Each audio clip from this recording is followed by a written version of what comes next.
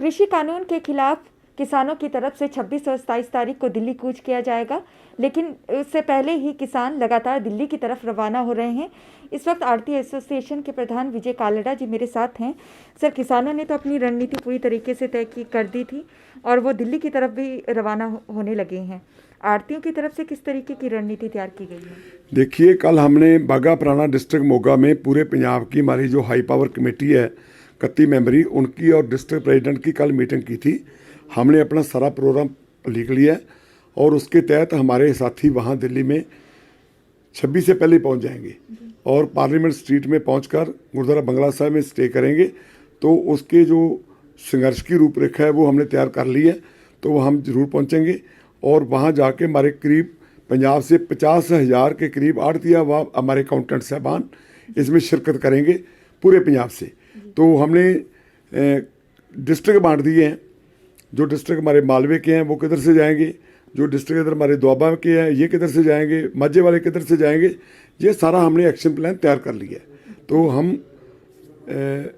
26 तारीख को अवश्य पहुंचेंगे, हर हालत में पहुंचेंगे। सर, किसानों की अगर बात करें, क्योंकि वो परिवार समेत दिल्ली की तरफ कूच करेंगे, क्या आढ़ती एसोसिएशन के परिवार भी जो आप लोगों के परिवार हैं, आपके बच्चे हैं, आपकी पत्नियां हैं, वो सभी आपका साथ देगी इस आंदोलन में?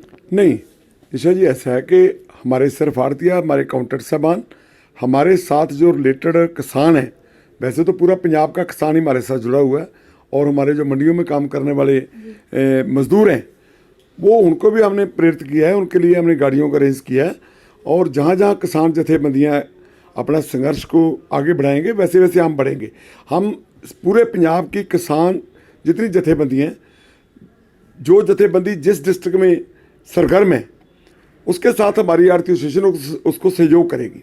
हमारे फैमिली के जो लेडीज़ वगैरह नहीं जा रहे, हमारे सिर्फ आढ़तिए, उनके पार्टनर, मतलब मैक्सिमम जो हमारे आढ़ती हैं, अपने अकाउंटेंट साहबान हैं, वो साथ में इसके शिरकत करेंगे। सर, दिल्ली में किस तरीके का आप लोगों का आंदोलन रहेगा? देखिए, हमने 26 और 27 तारीख 2 दिन वहाँ रुकना है। हो सकता है रास्ते में रोकने की कोशिश करें, लेकिन इसको मद्देनज़र रखते हुए हमने अपना प्रोग्राम बना लिया जो मैं आपको मीडिया में नहीं बता सकता। तो हम वहाँ अवश्य पहुँचेंगे और पूरे देश के जो किसान वहाँ पहुँच रहे हैं, जो ग्रुप भी हमारे साथ वहाँ हमें अटैचमेंट होगी, वहाँ उनके साथ हम ये इसका रोष प्रदर्शन करेंगे। क्योंकि ये जो काले कानून हैं ये किसान मारू नहीं है, ये पूरे पंजाब के लिए नुकसानदेह हैं, पूरे व्यापार के लिए हैं, पूरी किसानी के लिए हैं। मेरे कहने का भाव कि ये सारे जो भी पंजाब और हरियाणा खास करके, वैसे तो पूरा ये देश मारू है, देश के लिए ही ये सारा कुछ जो आर्डिनेंस या जो उसके बाद में बिल लेके आए हैं उनको पास किया राज्यसभा में, लोकसभा में। आपने देखा राज्यसभा में कैसे बिल पास किया, राष्ट्रपति साहब ने दस्तखत कर दिए, कैसे कर दिए। तो ये सारे देश में नुकसान देश साबित होगा आने वाले समय में, फ्यूचर में। बट ये पंजाब और हरियाणा के लिए इसलिए किसान मारू है, व्यापार मारू है, क्योंकि पंजाब और हरियाणा 2 ही सूबे हैं जहाँ MSP पे गेहूँ और जीरी जो पैडी हमारी बिकती थी। और ये बीजेपी वाले कहते हैं कि देखो हमने MSP पे पैडी खरीद ली। हमें भी पता है ये किसान जथेबंदियों के, किसानों के दबाव में आके इन्होंने खरीदा है, नहीं तो ये हो सकता है ये पैर अपने खींच लेते। तो लेकिन आगे वाले समय में श्योर नहीं, अगर ये बीजेपी के लीडर कहते हैं कि MSP खत्म नहीं होगी तो उसको पार्लियामेंट में पास कर दें, उसमें पार्लियामेंट में इसको पास करके कानून बना दें कि जब तक हिंदुस्तान रहेगा तब तक किसान की फसल का MSP इंडेक्स के हिसाब से बढ़ती जाएगी, स्वामीनाथन रिपोर्ट के हिसाब से बढ़ते जाएंगे। जैसे सूचकांक के हिसाब से रेट बढ़ेंगे तो जिन चीज़ों पे है MSP वो सभी के सभी खरीद करेंगे। तो लोगों को डर ये किसानी को सता रहा है कि गेहूं के बगैर हमने मक्की किसान के कहने, सरकार के कहने पे भेजी, उसका क्या असर हो रहा है। बाकी बिहार में सरकार भी बीजेपी बन गई, आज बीजेपी की सरकार बनी है, JDU की सरकार बनी है, बट वहाँ का किसान यहाँ ला के बेचने की कोशिश कर रहा है। 1100-1200 रुपये में यूपी का बेच रहा है, अपने मध्य प्रदेश का बेच रहा है। तो ये सारा कुछ क्यों हो रहा है? इसलिए हो रहा है कि भाई ये सिस्टम को ख़त्म करना चाहते हैं। तो डर हमें ये कि हमें भी उन बिहार जैसे ना बना दे के थे मोदी साहब। सर, हरियाणा के मुख्यमंत्री ने अभी अभी बयान दिया है कि किसान पंजाब से सटे हरियाणा पंजाब के जो बॉर्डर हैं वहाँ ना आए, ना दिल्ली के बॉर्डर में पहुँचे। सख्ती बरती जाएगी पूरी तरीके से। और उन्होंने आम जनता को भी कह दिया है कि 26-27 को आप बॉर्डर के पास ना आए। देखिए, बॉर्डर कोई खट्टर साहब के बाप का नहीं है। India is one, Kashmir to Kanyakumari India is one. तो देश का कोई भी नागरिक कहीं भी जा सकता है। ये डेमोक्रेसी है, कोई डिक्टेटरशिप नहीं है कि हरियाणा कोई मनोहर लाल खट्टर के मुख्यमंत्री साहब के कोई नाम पे रजिस्ट्री नहीं हुई। दिल्ली भी हमारी है, हरियाणा भी हमारा है।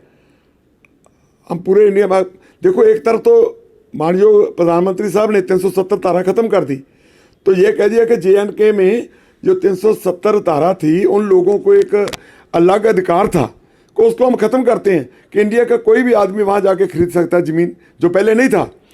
तो अगर ये हरियाणा से गुजरने नहीं देते, JNK को याद कर दिया, 370 धारा खत्म कर दी, तो ये इनकी जो पॉलिसी है इसकी समझ नहीं लगती है क्या कि लोग कर रहे हैं कि जम्मू और कश्मीर में तो हमने 370 धारा 70 खत्म कर दी और हरियाणा में किसान नहीं जा सकते, हरियाणा में व्यापारी नहीं जा सकते, हरियाणा में पंजाब वाले नहीं जा सकते।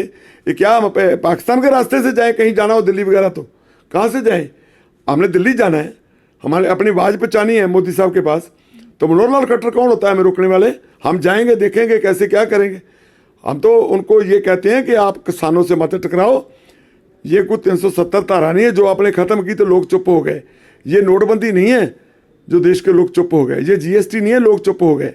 ये किसानों के साथ और पंजाब के किसानों के जंजारू लोगों से, जो किसान पंजाब का है या हरियाणा का है, ये उनके फ्यूचर का सवाल है। ये कोई छोटी सी बात नहीं है।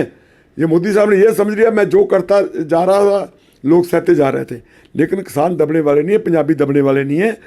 किसानों ने, इन लोगों ने कुर्बानियाँ दी हैं 47 में भी, 62 में भी, 65 में भी, 71 में भी, और इससे 47 से पहले भी जब अंग्रेज़ों का राज था तब भी महाराजा रणजीत सिंह के जब राज आया उससे पहले इन्होंने लड़ाई लड़ी है। पंजाबी कौम है, ये कोई डरने वाली नहीं है।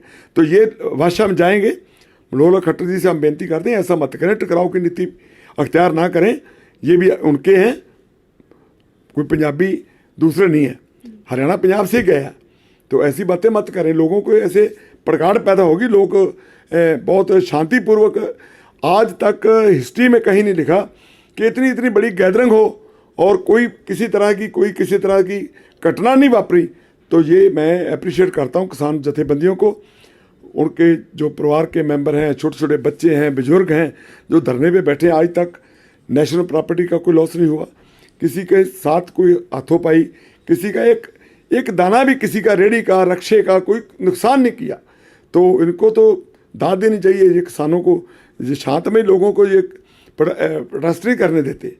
तो यही बीजेपी वाले थे, 2-4 आदमी होते थे MP के पार्लियामेंट में तो सारा तूफान ला देते थे। आज अगर किसान उठा रहे हैं मसला तो कहते हैं हम उनको जाने नहीं देंगे, ये अच्छी बात नहीं है। धन्यवाद सर।